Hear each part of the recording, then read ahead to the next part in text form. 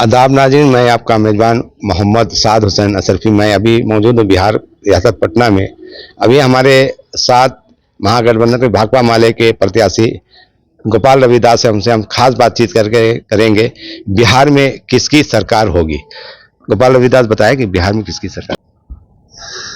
देखिए, इस बार का चुनाव जो हुआ है वो बदलाव के सवाल पर हुआ है और तेजस्वी यादव ने रोजगार का जो सवाल बिहार के जनता के सामने आम चुनाव में जो दी है वो काफी मायने में हिट है।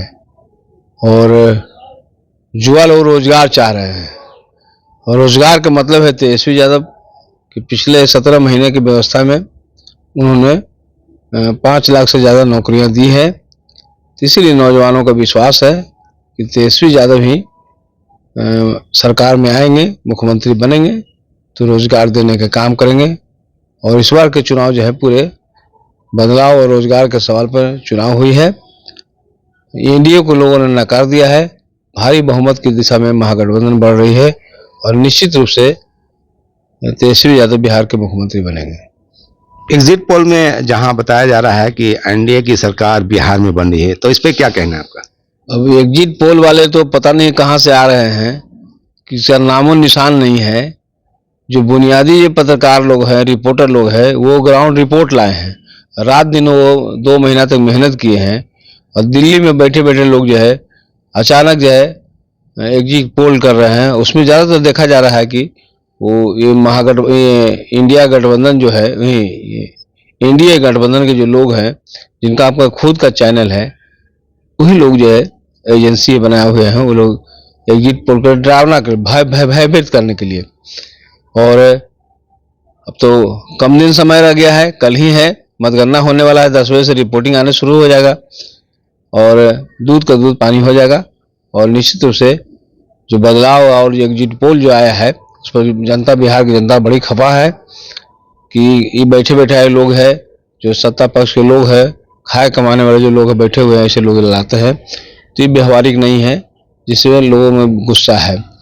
और सही वास्तविक एग्जिट पोल है जो जनता के साथ जो है रात दिन लगे हुए हैं, जो रिपोर्टर हैं ग्रामीण स्तरों पर, शहरी बाजारों में जो लगे हुए हैं।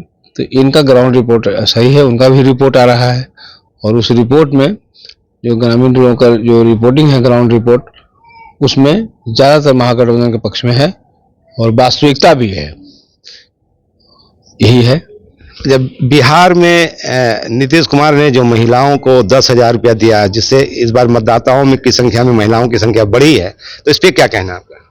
देखिए, महिलाओं ने तो नारा ही लगा दिया कि 10,000 में दम नहीं और 2 लाख से कम नहीं। क्योंकि नीतीश जी जो आर्थिक जो सर्वेक्षण हुआ था, उस सर्वेक्षण में 94 लाख से ज़्यादा लोग परिवार जो आए थे, जो 6,000 रुपया के आमदनी से जिंदा रहने वाले लोग हैं, ऐसे लोगों को 2-2 लाख रुपए देने का जो वादा किया था, हम समझते हैं कि वादा से पीछे हट रहे हैं और नरेंद्र मोदी की तरह जुमला साबित होने जा रहा है। और उस जुमला को ढकने के लिए कहिए कि चुनाव के पूर्व 10,000 रुपये दे करके उन्होंने वोट खरीदने की कोशिश किया है, जो जनता ने, महिलाओं ने नकार दिया है।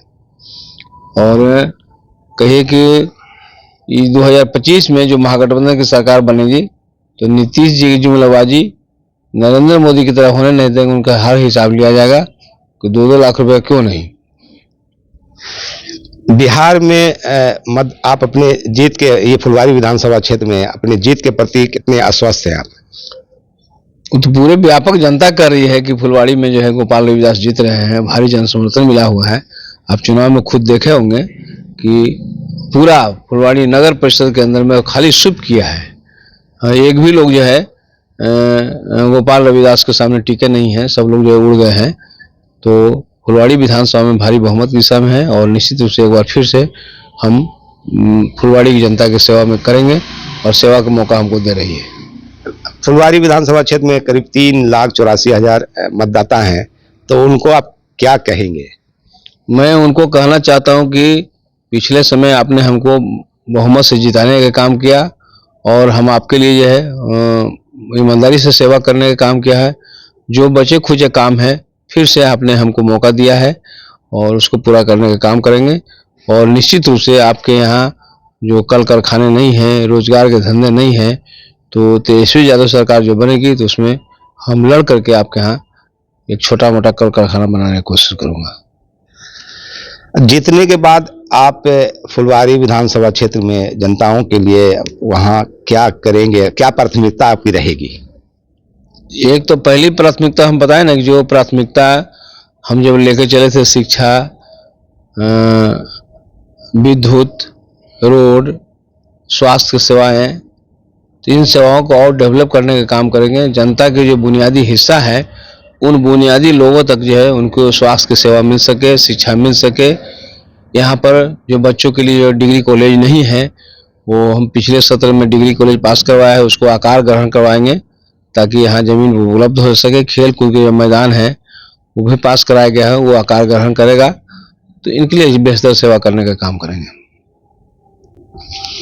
ये थे हमारे साथ फुलवारी विधानसभा के प्रत्याशी भाकपा माले से मुकबाल रविदास। उन्होंने कहा कि जीतने के बाद हम हमारी जो भी काम बची हुई है उस काम को पूरा करेंगे।